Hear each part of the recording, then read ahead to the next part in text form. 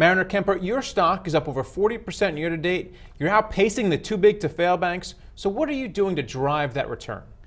Well, it's pretty simple. It's blocking and tackling for us. It's been that way all the way through the crisis. We haven't had to focus internally, so the sales force has been out building pipeline, and so it's led by our commercial bank activity, loan growth. We've had a substantially outsized loan growth, 20% loan growth in third quarter against what the average at 1 or 2%. 7 consecutive quarters of double-digit loan growth. So loan growth, and then our non-bank businesses, Scout, our institutional money management business, has been on fire. We're managing almost $30 billion in that business. It represents almost 25% of our bottom line now. So your earnings were up over 32% in the third quarter. Can you give me an outlook for the fourth quarter as well as 2014? We're almost there. Right. Well, I can't exactly, take us into the future with our earnings, but things look pretty good for us. All of our metrics, our sales activity, is all strong. So things look good for us as it relates to all the drivers. When you hear about, for example, J.P. Morgan negotiating a $13 billion, or whatever the settlement's going to be with the government, what are your thoughts? Because you're one of the banks that didn't get into trouble during the financial crisis. Right. You didn't make that many bad loans. I'm sure there were a few out there. Right. So what are you thinking? Right. Well, yeah, to your point. Does it touch your business, the fact that the too big to fail banks are constantly negotiating with the government?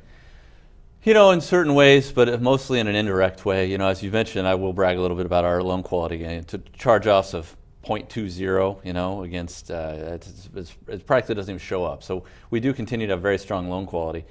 So it does annoy me, I guess, that there's that ongoing conversation. But at the same time, I'm kind of tired of hearing about it too. It's time that we pick somebody else to be the reason for our problems. But the fact that the government is keen on bashing the banking industry, does the fact that all this increased regulation is affecting you, is it making your business harder because of what the big guys did? Certainly. That's one of, if you were to ask me what my biggest worry is, my biggest concern, it is regulation reform. It's ever increasing, ever evolving. It's costing us more every day. It's the fastest growing employment group in our company. And, it's overreaching, and I hope it slows down or the pendulum swings back at some point. But at this point, you got to be big enough like us to cover and spread the costs across your organization. Now, your default rates, your bad loans are relatively low, which you just mentioned. Is that a function of the Midwestern economy? We know that the housing bubble really hit the coasts in Florida. It seemed like it was fairly steady in the Midwest. So has that helped you, and will that continue to help you? It's certainly part of our story that the Midwest is somewhat insulated and isolated from a lot of the bigger problems. Additionally, it would just be the way we underwrite. We never chase trends. We underwrite the same way 20 years ago that we underwrite today, and we don't lose our way.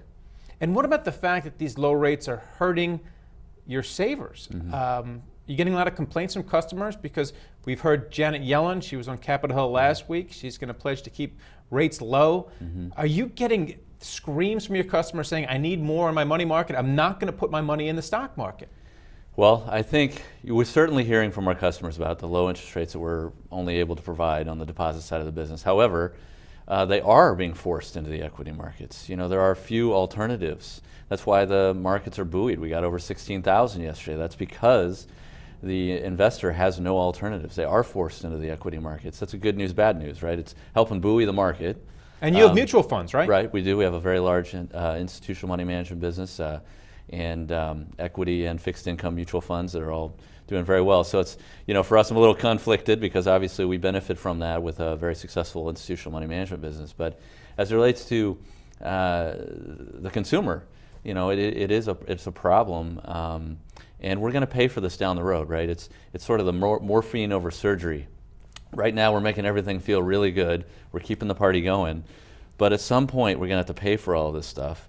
And the longer we wait, we don't know whether the patient's still going to be alive. The more it's going to hurt. Right. Thanks a lot, Mariner. Thanks.